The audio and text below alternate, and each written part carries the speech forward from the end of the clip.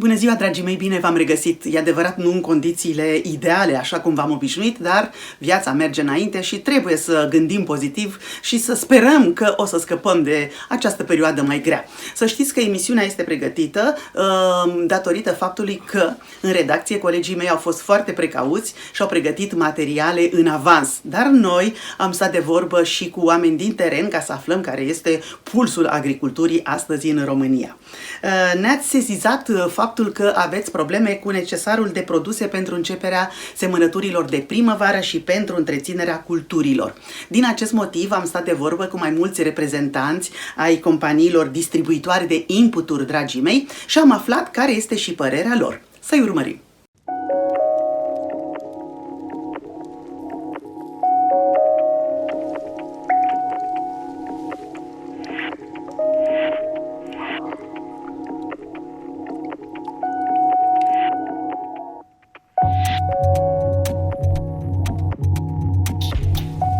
Bună ziua, stimați parteneri, bună ziua, stimați fermieri. Numele meu este Maria Cârjă, sunt director de marketing al companiei Corteva în România.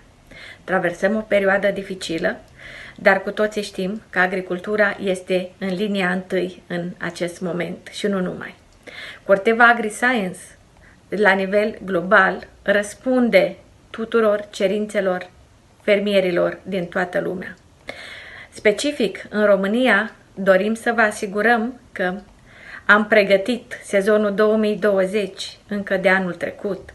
Parte din volumele de semințe au fost livrate în noiembrie-decembrie în depozitele distribuitorilor noștri, iar în acest moment vă asigurăm că 99% din sămânță este în piață, este la dispoziția dumneavoastră, iar în ceea ce privește produsele de protecție a plantelor, peste 70% sunt livrate.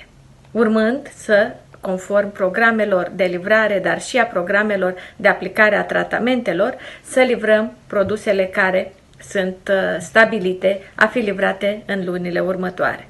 Cu toate acestea, am avut și câteva probleme.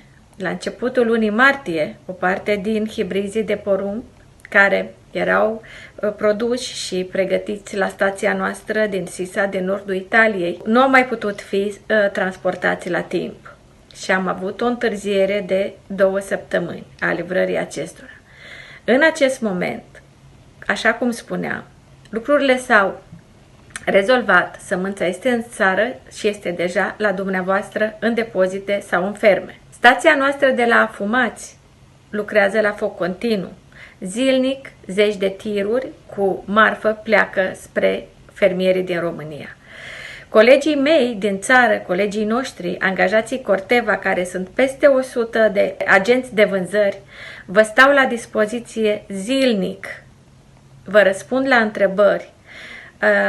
Bineînțeles, nu vă pot vizita în această perioadă.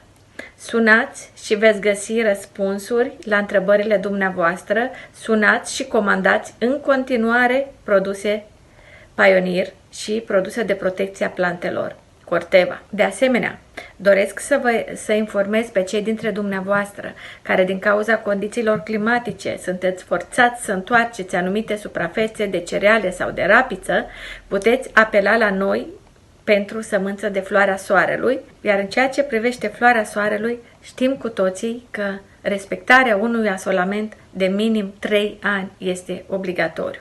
De asemenea, erbicidarea culturilor de cereale este obligatorie. Avem și vă punem la dispoziție cele mai performante erbicide. Este vorba de erbicidul Palas și Floramix pentru combaterea burienilor monocotiledonate, iar pentru burienile cu frunză lată în culturile de cereale, vă oferim cel mai performant erbicid. Este vorba de pachetul Pixaro Super. Apelați, sunați și cereți aceste produse pentru că vi le putem pune la dispoziție în cel mai scurt timp posibil. Suntem aici să vă asigurăm tot suportul nostru. Suntem aici să trecem cu bine împreună peste această perioadă.